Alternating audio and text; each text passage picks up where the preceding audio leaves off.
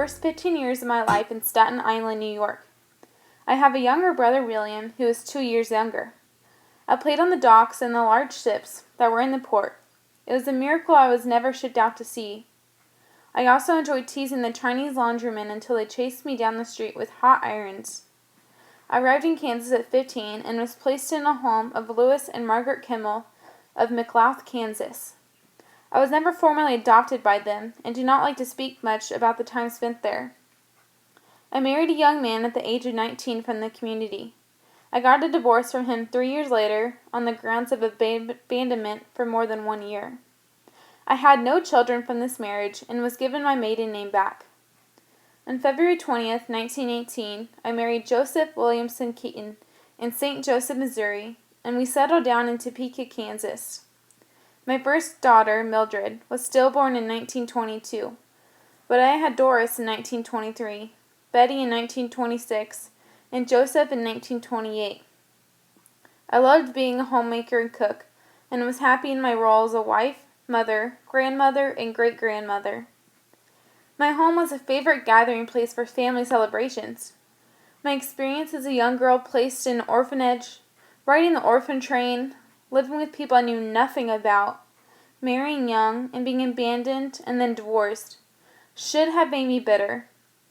But I was a joyful Christian who loved people, family, and life. I passed away in Valley Falls, Kansas on June 8, 1968. My name is William and I was placed with the Kimmel family. I was formally adopted into my family when I enlisted for service in World War I. I am happy and content with my family overall. I remained close with my family throughout my life and loved having 3 brothers and 2 sisters.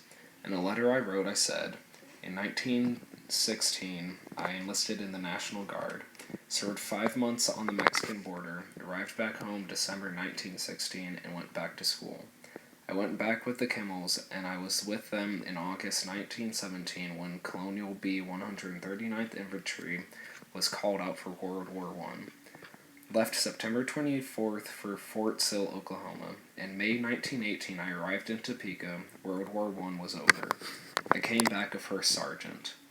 There was a write-up in Oskaloosa Independent about me. In the interim, the Kimmels moved to Topeka. Lewis had started a meat packing company. Until October 1919, I worked at the plant here and there. Since the Kimmels had a family, I left them and was on my own.